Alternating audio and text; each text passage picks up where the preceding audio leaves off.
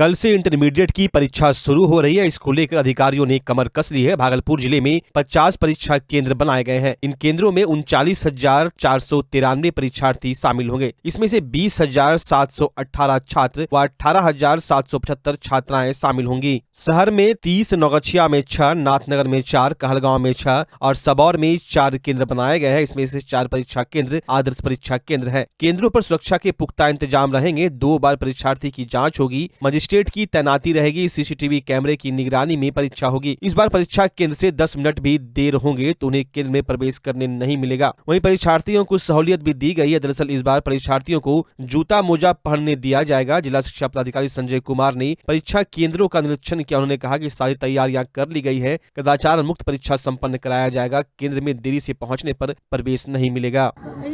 कल से 2024 की इंटरमीडिएट की एग्जामिनेशन प्रारंभ होने जा रही है और हम लोग ऐसे किसी तैयारी के सिलसिले में विद्यालयों में ऐसे विजिट कर रहे हैं। आप लोग सब लोग जानते हैं कि इसकी तैयारी हम लोग 10 दिन पहले से शुरू कर दिए हैं। 3-4 दिन पहले टीचर्स का रैंडमाइजेशन से इन्विजिलेटर के रूप में पोस्टिंग भी हो गई है। अब केवल एक ही चीज़ बची थी कि ये सारे बच्चों को बैठने के लिए सीट प्लानिंग हुई है कि नहीं। तो सारी जगह सीट प्लानिंग भी हो गई है। टीचर्स भी ऐसे इन्विजिलेटर के रूप में कार्य करने के लिए पर्याप्त मात्रा में आ चुके हैं। विद्यालय भी मेरा खुला रहे जिन विद्यालयों में एग्जामिनेशन नहीं हो रही है, और एग्जामिनेशन जहाँ पर एग्जामिनेशन हो रहे हैं वहाँ मतलब बेहतर ढंग से संचालित हो, किसी प्रकार की कोई कठिनाई नहीं। पहले आने को लेकर हाँ, ये आपका है से कि बच्चों के एडमिट कार्ड में भी अंकित है समय। उस समय के बाद अर्थात 9 बजे के बाद कोई बच्चे है से कि विद्यालय आएंगे तो उनके लिए है से कि गेट बंद हो जाएंगे। कितने सेंटर हैं? टोटल 50 सेंटर हैं भागलपुर जिले में। आदर्श केंद्र 4 है जो केवल है से कि गर्ल्स बच्चियों के लिए, लड़कियों के लिए कदाचार मुक्त परीक्षा के लिए। हम लोग तो बेहतर ढंग से है से कि कदाचार मुक्त परीक्षा कराते रहें, और इसलिए आप भागलपुर को है से कि आप सारे लोगों के सपोर्ट से भी एग्जामिनेशन कराते हैं। मैसेज हम लोग का है से कि बहुत सही है। 2 बार लगातार हम लोग है से सम्मानित भी होते रहे हैं। तो एग्जामिनेशन कदाचार मुक्त होगा और बहुत ही है से कि फिर साथ है से कि किसी प्रकार की कोई अनियमितता है से बर्दाश्त नहीं की जाएगी। जदयू के विधायक गोपाल मंडल लगातार अपने दिए बयानों को लेकर सुर्खियों में रहते हैं। ऐसे में एक और जहां ईडी के द्वारा लालू परिवार पर शिकंजा कसा गया और इसको लेकर के बिहार की राजनीति गर्म है, वहीं गोपाल मंडल का एक बार फिर से बड़ा बयान सामने आया है, जिसमें गोपाल मंडल ने लालू प्रसाद के सभी बच्चों को निर्दोष बताया है। गोपाल मंडल ने कहा कि ईडी बेवजह तेजस्वी को परेशान कर रही है। जिस समय यह मामला दर्ज हुआ उसमें लालू प्रसाद के पुत्र तेजस्वी नाबालिग थे। देखिए भाई, जहाँ तक सवाल है, मैं कोनो बात ही नहीं करता हूँ, विवाद बोलता हूँ।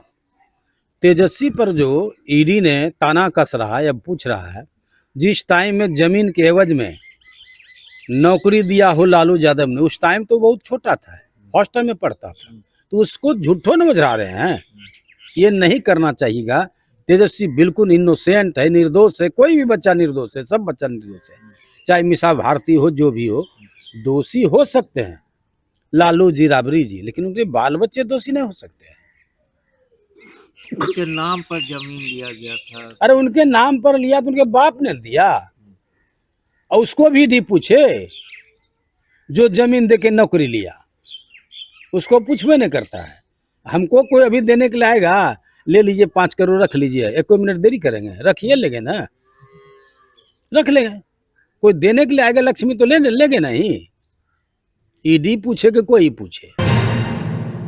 बिहार सरकार कृषि विभाग द्वारा 2 दिवसीय जिला स्तरीय कृषि यंत्रीकरण मेला का आयोजन जिलाधिकारी डॉक्टर नवल किशोर चौधरी के द्वारा दीप प्रज्वलित कर किया गया। वहीं इस कार्यक्रम के दूसरे दिन समापन समारोह का आयोजन किया गया। इस मेले में कृषि संबंधित यंत्रों की प्रदर्शनी लगाई गई, साथ ही इसकी बिक्री भी की गई। वहीं कृषि विभाग के पदाधिकारी अनिल कुमार यादव ने बताया कि इस यंत्रीकरण मेले में किसानों को कम से कम सब्सिडी पर यंत्रों को उपलब्ध कराया जा रहा है, जिससे किसान सुगमता पूर्वक किसानी कर अपनी आय को बढ़ा सके। वहीं 2 दिवसीय जिला स्तरीय कृषि यांत्रिक मेला में कृषि विभाग के दर्जनों पदाधिकारी व सैकड़ों किसान मौजूद थे। 2 दिवसीय कृषि यांत्रिकरण मेला लगाया गया था जिले में, भागलपुर जिले में। उसमें 48 तरह के कृषि यंत्रों के लिए लोगों ने आवेदन किया था। उन सबको हम लोग परमिट दिए थे, 553 परमिट दिया गया था और उसके विरुद्ध परचेज किए गए हैं, जिसमें सभी तरह के कृषि यंत्र शामिल हैं और छोटे से बड़े यंत्रों में रीपर कंबाइंडर है, रीपर है, रोटावेटर, कल्टीवेटर और वीडिंग मशीन, फिर और भी जितने यंत्र लोग, पंप सेट, लपेटा पाइप, सभी तरह के यंत्रों पर सब्सिडी है। नेपसेक स्प्रेयर, तो चाहे वो जुताई के हो, कटाई के हो, बुआई के हो, सभी में के यंत्रों पर सब्सिडी के अनुसार आवेदन दिया गया और परचेज कर रहे हैं किसान। आज अंतिम दिन है, लेकिन मेला इस अवसर पर इसलिए लगाया जाता है ताकि किसान एक दूसरे को देख सके और वहाँ बार्गेन कर सके कि भाई वो यदि उतने में दे रहा है, दूसरे यंत्र कितने में है, और एक जगह उनको सभी तरह के कृषि यंत्र सही कीमत पर मिल जाती है, दिखाई देती है और एक दूसरे से तुलना करके लोग बेहतर उत्पाद कौन सा है उसके लिए वो सिलेक्शन कर पाते हैं। उस सिलेक्शन के आधार पर वो यहाँ भी लेंगे और यहाँ के बाहर भी 5 तारीख तक ये ओपन है। दिनांक 5 फरवरी तक के लिए परमिट वैलिड है उनका। उस तारीख तक वो सभी अपने कृषि यंत्र को खरीद लें और किसानों से भी अनुरोध है कि यथाशीघ्र जिनको परमिट मिला है, चूँकि ये लॉटरी के माध्यम से परमिट दिया गया है, इसमें विलम्ब नहीं करें। विलम्ब करने में ये दिक्कत होती है कि फिर आप वंचित रह जाएंगे। 5 के बाद स्वतः ये परमिट स्वतः रद्द हो जाएगा। तो रद्द हो जाने के बाद फिर नए लोगों को अवसर मिलेगा। तो आप उन लोगों से आपके चैनल के माध्यम से आह्वान भी है कि आप लोग निश्चित रूप से जिनको परमिट मिला है अपने कृषि यंत्र को यथाशीघ्र खरीद लें, ताकि हम तत्काल सब्सिडी के आधार पर ही उनको मिलता है और जो सब्सिडी की राशि है वो सरकार को के माध्यम से यहाँ से हम लोग जब भेजेंगे तो वो चली जाती है संबंधित कंपनी के पास चली जाएगी। बच्चा जब जन्म लेता है तो कई बार बच्चा तुरंत नहीं रोता है, रोने में देर हो जाता है। ऐसे में बच्चा क्षतिग्रस्त हो जाता है और उसके बचने की संभावना कम हो जाती है। और यदि बचा तो भविष्य में उसमें विकलांगता की समस्या आती है, जिसे सीपी कहते हैं, जिसका कोई माकूल इलाज नहीं है और ज़िंदगी भर बच्चा विकलांगता से जूझ सकता है। ऐसे में पूरे संसार में कूलिंग थेरेपी का सहारा लिया जाता है। जन्म से ठीक 6 घंटा के अंदर यदि उसको कूलिंग थेरेपी दिया जाए तो उससे उसका सीपी की समस्या कम होती है और बचने की भी संभावना बढ़ती है। पहली बार बिहार झारखंड में आपके शहर के स्नेह नवजात शिशु बाल सेवा केंद्र में यह मशीन उपलब्ध है। कभी भी ऐसी बात हो कि बच्चा रोने में विलम्ब हो गया तो आप स्नेह नवजात शिशु बाल सेवा केंद्र में जरूर संपर्क करें।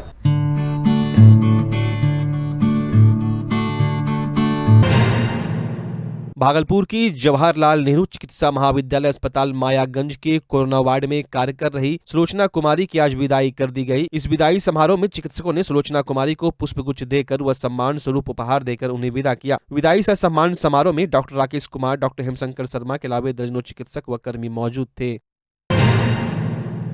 भागलपुर के सुंदरवती महिला महाविद्यालय में 3 दिवसीय शिल्प प्रदर्शन सह जागरूकता कार्यक्रम का आयोजन किया गया, जो 31 जनवरी से 2 फरवरी तक चलेगी। इसका आयोजक हस्तशिल्प सेवा केंद्र पटना व दृष्टि फाउंडेशन के द्वारा किया जा रहा है। वहीं मौके पर मौजूद महाविद्यालय के प्राचार्य डॉक्टर मुकेश कुमार सिंह एवं कार्यक्रम पदाधिकारी यूनिट 1 के डॉक्टर हिमांशु शेखर, कार्यक्रम पदाधिकारी यूनिट 2 के डॉक्टर पृथा बासु ने दीप प्रज्वलित कर कार्यक्रम की शुरुआत की। वहीं सैकड़ों छात्राएं भी इस प्रशिक्षण सह जागरूकता कार्यक्रम में मौजूद रही। 3 दिवसीय प्रशिक्षण कार्यक्रम में कई विशेषज्ञ अपनी कला की बारीकी को बताने के लिए महाविद्यालय पहुंच चुके हैं। इस प्रशिक्षण सह जागरूकता कार्यक्रम में मंजूषा पेंटिंग, टिकुली आर्ट, सिक्की आर्ट के अलावा कई तरह के कलाओं का प्रशिक्षण देंगे। वहीं संस्थान बेहतर करने वाले छात्रों को पुरस्कृत भी करेगी। ये कार्यक्रम जो है आज का, ये बहुत ही यूनिक कार्यक्रम SM कॉलेज द्वारा ऑर्गेनाइज़ किया गया है। ये दृष्टि फाउंडेशन के तरफ से हम लोगों के साथ कोलैबोरेट करके ऑर्गेनाइज़ किया गया है। इसके तहत हम लोग मंजूषा पेंटिंग, टिकली आर्ट, एप्लैक, ब्लॉक पेंटिंग वगैरह में ट्रेनिंग देंगे, जिसके लिए 6-7 लोगों की टीम दिल्ली से हमारे यहाँ आई है। वो 3 दिन तक इन सारी चीज़ों की ट्रेनिंग देंगे। ये सारे डिफरेंट आर्ट फॉर्म्स हैं, इसके लिए ट्रेनिंग देंगे। इसके लिए हमारे करीब 100 बच्चे इसमें पार्टिसिपेट कर रहे हैं इस प्रोग्राम में। और ये इलेबोरेट ट्रेनिंग है और ये one of a kind training है जो हमारे कॉलेज में अरेंज किया जा रहा है।